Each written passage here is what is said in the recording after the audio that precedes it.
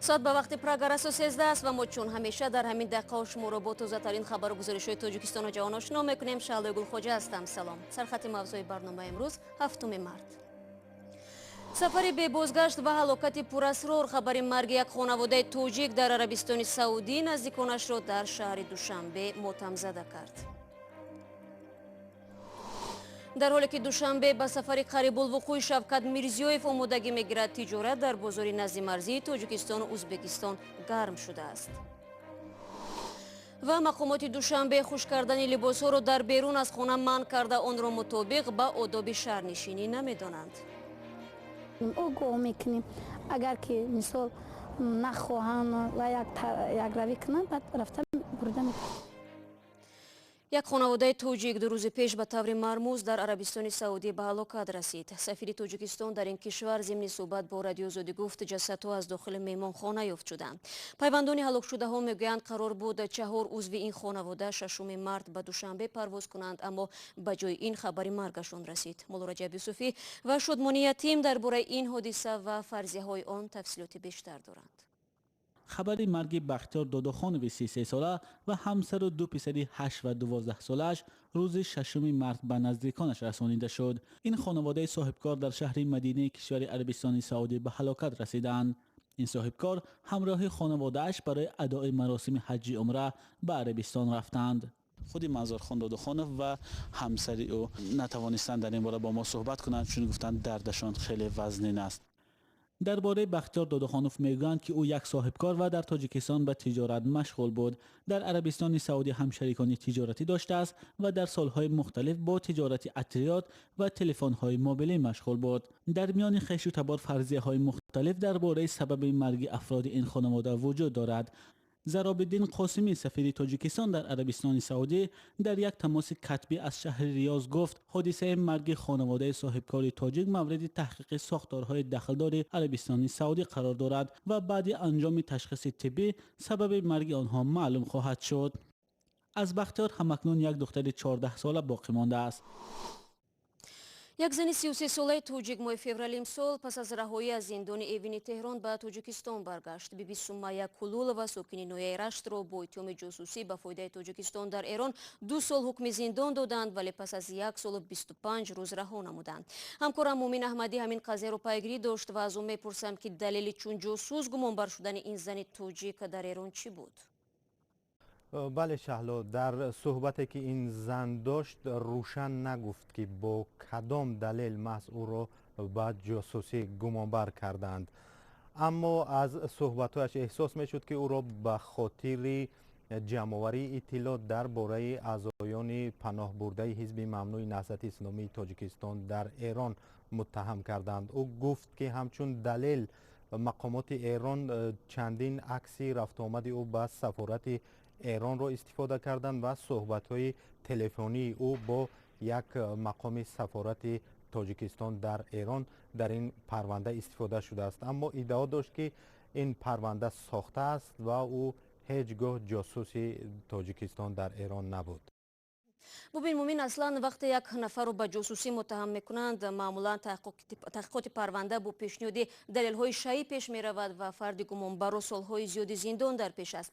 аммо бо таваҷҷӯҳ ба сард шудани равобити Тоҷикистону Эрон дар чанд соли ахир, эҳтимолияти ҷилои сиёсӣ доштани ин қазия вуҷуд дорад? واقعا دلیل های زیاد برای یک نفر را متهم کردن به جاسوسی لازم است و از صحبتی که این زن داشت و از اون صحبتی که ما با مقامات تاجیکستان داشتیم، آنها گفتند که جاسوس بودن این اساس نداشت و هیچ دلیل جانبی ایران برای گناهکار کردن این زن نداشت و 1 سال بیهوده این زن پشت میله های زندان روز خود را سپری کرد. ташаккур Мумин. ҳамкорони мо талош доранд бевосита бо худи биби Сумайя Кулулова, ки ҳоло дар ноҳияи Рашт аст, тамос бигиранд. ҷузъиёти бештари ба дастомадаро шумо метавонед баъдан дар сомонаи мо ва ҳам озоди видео ютуб пайдо намоед.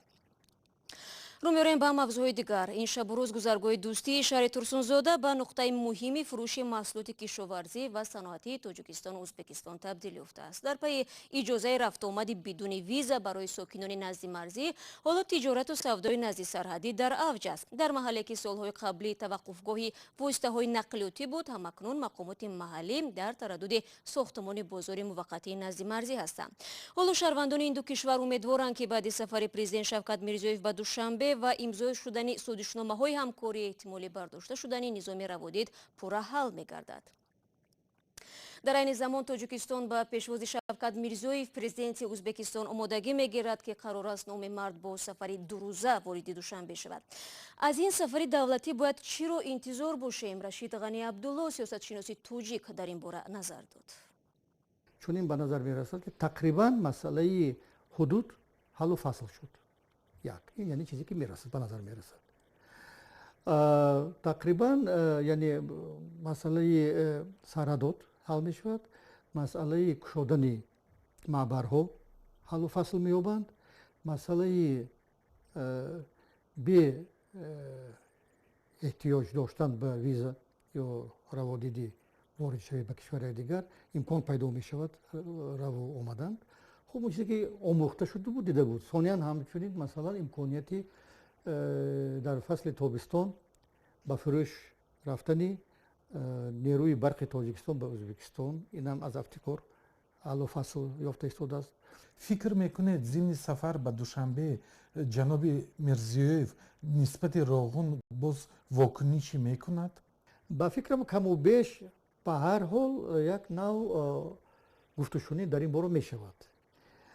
تا جوی به یادم است در یکی از واخوری ها وزیر کارهای خارجی ازبکستان گفته بودند که ما آماده هستیم برای هر گونه همکاری در این جاده در اساسی تامین نبودن منافع طرفین. شکل کامل صحبت رشید غنی عبدالله با همین زودی ها در آزادی ویدیو یوتیوب گذاشته می شود و چند لحظه پیش خبر رسید که مقامات تاجیکستان و ازبکستان گذرگاه مرزی گلبهار در ناحیه شهر توز را افتتاح کردند. این گذرگاه که روز 7 مارد مورد استفاده قرار گرفت ولایت خطلان تاجیکستان را با سرخاندریای ازبکستان وصل می کند. شما برنامه خبری رادیو آزادی را تماشا دارید. پرزیدنت آمریکا دونالد ترامپ میگوید شاید روسیه و کشورهای دیگر در انتخابات پرزیدنتی سال 2016 هم دخالت کرده باشند. روز 6 مارد در قصر سفید بعد ملاقات با سروزیر شویدس استفان لوفتن ترامپ تاکید کرد که کشورش به هر گونه کوشش دخالت در انتخابات آینده کنگره و پرزیدنت آمریکا واکنشی جدی نشان خواهد داد. روس‌ها در انتخابات ما تا حال تأثیر نگذاشتند، ولی دخالت شاید جای داشته باشد و شاید از سوی کشورهای دیگر و یا افراد. برنامه خود ادامه میدهیم. برای اولین بار در پاکستان افراد دو جنسه و یا ترانسگندر مجوز رانندگی گرفتند که در آن در بخش جنس حرف X ثبت شده است. در گذشته مردم ترانسگندر میبایست خود را چون زن و یا مرد ثبت نام میکردند. تقدیم مجوزهای رانندگی روز سه‌شنبه در شهر پشاور پاکستان با کمک پلیس محلی و سازمان غیر دولتی ترانس اکشن به وقوع پیوست. پلیس موافقت کرده است که برای تعلیم مردم دو جنسه یک مرکز تشکیل کند. در پاکستان افراد دو جنسه از پایمالشوی حقوقشان شکایت زیاد دارند. آنها اکثرا از حساب رقصیدن در توی و چوربینی ها روز میگذراندند و دریافت مجوز رانندگی برایشان امکان پیدا کردن شغل را بیشتر میکند. برمیگردیم به تاجیکستان. شهرداری دوشنبه اخیراً برای ترغیب آداب شهرنشینی یک گروه مخصوص را تأسیس داد که به آن تمام ساختارها شروع از وزارت کارهای داخله تا کمیته زنان و جوانان جلب شده است.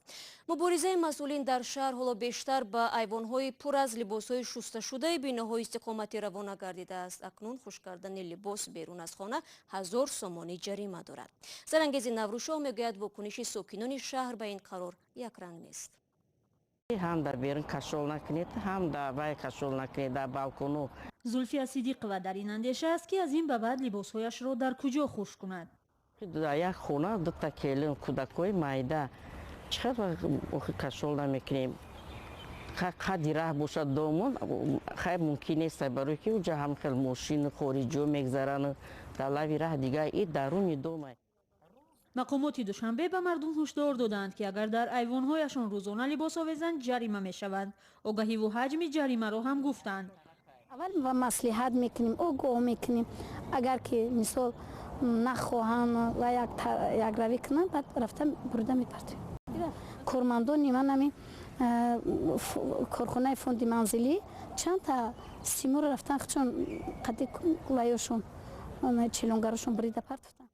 мақомот мегӯяд ҳадафашон рушди фарҳанги шаҳрнишинӣ аст ки дар душанбе кам риоят мешавад, вале баъзе аз сокинон мегӯянд покории хона худаш фарҳанг аст. одамо курпача афтоб мекунад, курпа афтоб мекунад, беин намешуд. абибиҳомо бобомо мондаги ҳамин қодаҳо мекунанд. тарафдорони иқдоми ҳукумати душанбе ҳам кам нестанд, бахусус онҳое ки дар душанбе бузург шуданд. баъзеҳо ҳатто либоси таҳпӯши худро ҳам дар тиреза ва берун аз хона овезон мекард, ки ба назар хеле бад мерасид. ҳоло вақте аз роҳҳои марказӣ мегузарам, мебинам ки шаҳр дигар шудааст. хеле зебо мерасад ба чашм. ҳама ҷо гул корида шудааст. мехостам шаҳр дар воқеъ шаҳр бошаду аз ноҳияҳо фарқ кунад. фарҳангшиносон мегӯянд воқеан сокинони душанбе бояд меъёрҳои шаҳрнишиниро риоят кунанд, чун шароити деҳу шаҳр бисёр фарқ мекунад. замони шӯравӣ барои овехтани либосҳо ложаҳо сохта буданд, яъне балкон ки дар дурун буд, онҷода ҷобаҷо мекарданд, ҳамонҷо меандохтанд ва ҷои гармкунӣ ҳам дошт ки хушк мекарданд. мо мардуми тоҷик гирифтем инҳоро ҳамаро берун баровардем.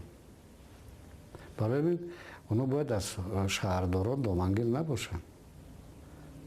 вақте ки шумо мегиред ҷойро тағйир медиҳед, ҷои ғизохӯриро дар айвон мекунед, баъд ҷои либосҳоро мегиред берун мебуред, хуб нест. айни замон асрориён мегӯяд бояд паҳлӯҳои дигари масъаларо ба инобат гирифт. агар хушкашӯиҳои арзону дастрас мебуд, касе дар берун либос намеовехт.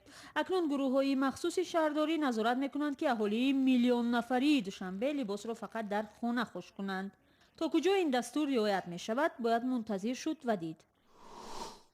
ва дар шаҳри душанбе як филми наверо ба намоиш гузоштанд ки достони муҳаббати писар ба модар аст. модаре ки дар айёми ширини кӯдаки фарзанд мефафтад ва ӯро танҳо мегузорад. амриддин олим яке аз онҳое буд ки филмро диду бо муаллифонаш суҳбат кард. оча медонӣ, ман аввал мехостам разми туро бо падарам якҷоя бикашам. нодир модарашро ки бемории саратон дошт аз даст медиҳад ва холигоҳи ҷои ӯро касе пур кардан наметавонад. на падар, на дӯстон ва на ҳамсабақон, ба ҷуз як зане ки дар ин гирдоби шадиди ҳаводиси равонӣ ба зиндагии ӯ ворид мешавад ва бо меҳри модарона ин кӯдаки дилсард аз зиндагиро ба ҳаёти қаблияш бармегардонад. ин сӯҷаи филме буд ки дар нахустнамоишаш толори кинотеатри зебунисои пойтахтро пур аз одам кард.